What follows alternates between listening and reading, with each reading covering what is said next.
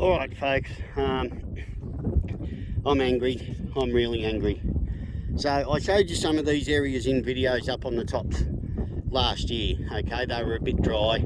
I explained to people that's how the seep system works. You get rain, the waters fall up there, they flow down, they filter through the vegetation, the mosses and whatnot, and eventually over in that little dark area that you can see at the edge of the grasses, they flow down into High Plains Creek, right?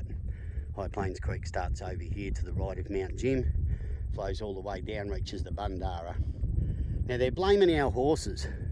They like to ignore the human activity up here, right? Now I'm not knocking everyone that comes up. I encourage people, come up, see it for yourself. If you can find the number of brumbies they reckon are roaming up here, then I'll eat the akubra on me head. And yes, look, they have tried, you know, in their endeavours, they've put all of these stepping stones in through the seeps, right? So let's take a walk. It's nice and green because it's been a very wet season. And believe it or not, there's still a lot of moisture up there flowing through the seeps. So the ground here is wet.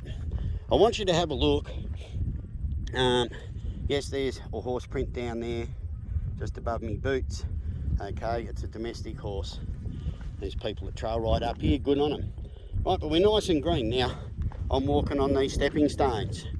Coming into view on your right hand side, and God knows why, they're mountain bikes, right? They're built to take the rough and tumble. They've got suspension. Let's go over the rocks and the boulders. They're carving these tracks all through the tops up here. Why on earth can you not ride a mountain bike over those stepping stones where, yes, you're still going to squash a tiny little bit of moss in between them, instead of coming over here and having to ride your mountain bike through an active seep? Now, as I say, people have gone to a lot of trouble to put these stones in place to even keep human feet off the moss beds. And the large majority of people probably do what I'm doing and walk on these stepping stones. But welcome to the mountain bike age of entitlement. We'll just go down and we'll ride through there and we'll squash some mosses and make more little areas for the moisture to lay up in and contribute towards erosion. Right? It just, I don't know folks, there's no words for it other than angry. There's plenty of places to ride mountain bikes. If you're going to ride them up here, at least have the courtesy, stay on the path, ride across the couple of little stepping stones. It's not going to be any bumpier than it is up here where you're riding over the tussocky grass. So, you know, again, humans, they love to turn a blind eye to the bullshit and damage that they create, and they want to blame it on 85 little horses. In fact, this year I can only confirm 65 that have been grazing all of this grassland that you can see and more for over 180 years. Now, 180 years of constant grazing gives you what you've got out there. Foot traffic from humans gives you what you're seeing right here. I know who's leaving the biggest footprint on this environment. It sure as hell ain't the horses.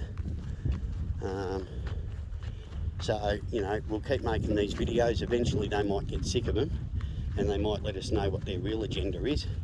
Their real agenda's got nothing to do with the environment. Over there, little skink just taken off from in amongst all these gorgeous little wildflowers that are coming into bloom. Now that the alpine daisies and the billy buttons have finished for this season and are going about distributing seeds. So there you go. It frustrates me, it angers me. It's been my big backyard. I've seen it change and evolve over the years, dry seasons, wet seasons, all of the rest of it. The one thing that never ever changes up here, people, is the human hypocrisy. You know, it all still exists after the cattle and the sheep. The horse grazing, it'll continue to exist with 85 little heritage horses that have never known another home, that maintain this garden really, really well. They need to, because without this garden they die. So why are they going to go out of their way to destroy something they rely on that sustains them? Anyway, food for thought.